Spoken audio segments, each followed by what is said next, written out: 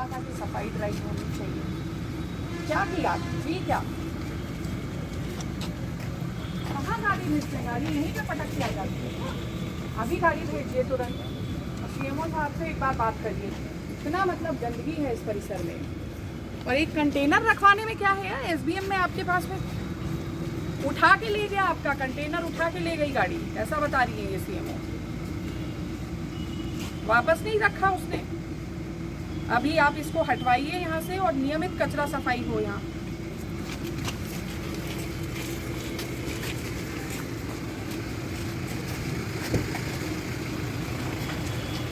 Madam यहाँ dialysis लोग यहाँ पर कचरा ड्राई भी कर रहे हैं। आपके छोटे वाले डस्टबिन भी तो रखवाए। छोटे वाले हैं वो खाना ही जिला अस्पताल से उठा के यही दम कर तो एक जगह से अगर डेली निकलता जाए तो अब ये सब क्या पढ़ाएंगे? हॉर्टिकल्चर को इस टाइप का मिट्टी का आपका जो जेई है इसको बुलवाइए, जो मिट्टी कार्यदायी संस्थाएं काम कर रही है, भाई एक छोटा सा ट्रक लगवा। ये तो नगर पालिका की जिम्मेदारी है। मैम डायलिसिस सेंटर भी यही है, डायलिसिस होती है और वहाँ पर भी ये कचरा तो और आज इस परिसर में सफाई करवा।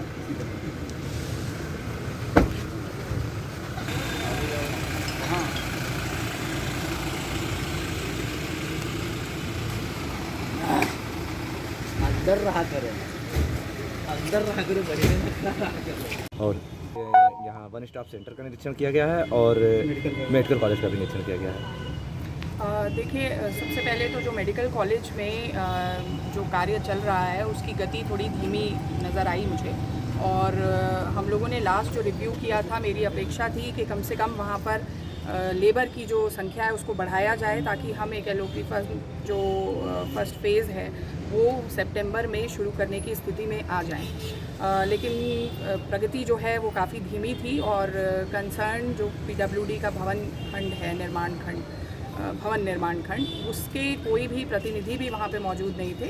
तो वी टेक एक्शन, और एक मजिस्ट्रेट को हम लोग डेली नियमित अनुश्रवण के लिए डिप्यूट करेंगे, ताकि एक प्रगति जो है जिस तरीके की वांछनीय है वो वहाँ पर आनी शुरू हो।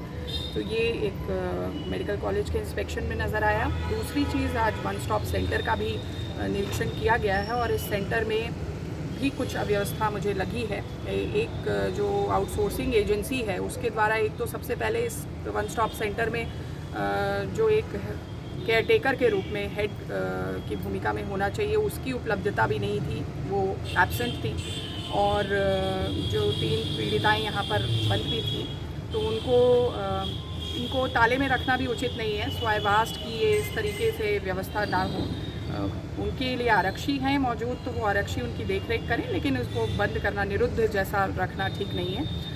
खान पान की व्यवस्था के बारे में जानकारी की गई, वो उचित मिला है। टॉयलेट वगैरह में अपकीप जो था वो ठीक नहीं था, तो मल्टीपर्पज़ वर्कर जो है उसको भी चेतावनी दी गई है।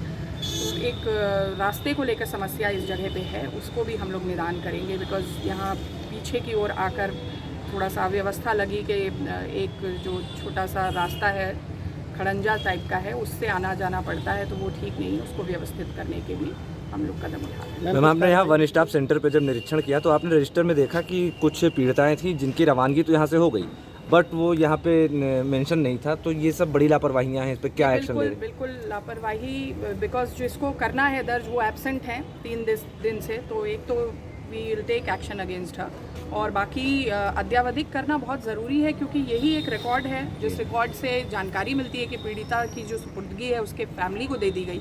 अगर वो स्थितियाँ अद्यावधिक नहीं है, हालांकि वो चौकी इंचार्ज जो हैं उनके पास में डिटेल है, बट वो वन स्टॉप सेंटर में भी अद्यावधिक होना आवश्यक है।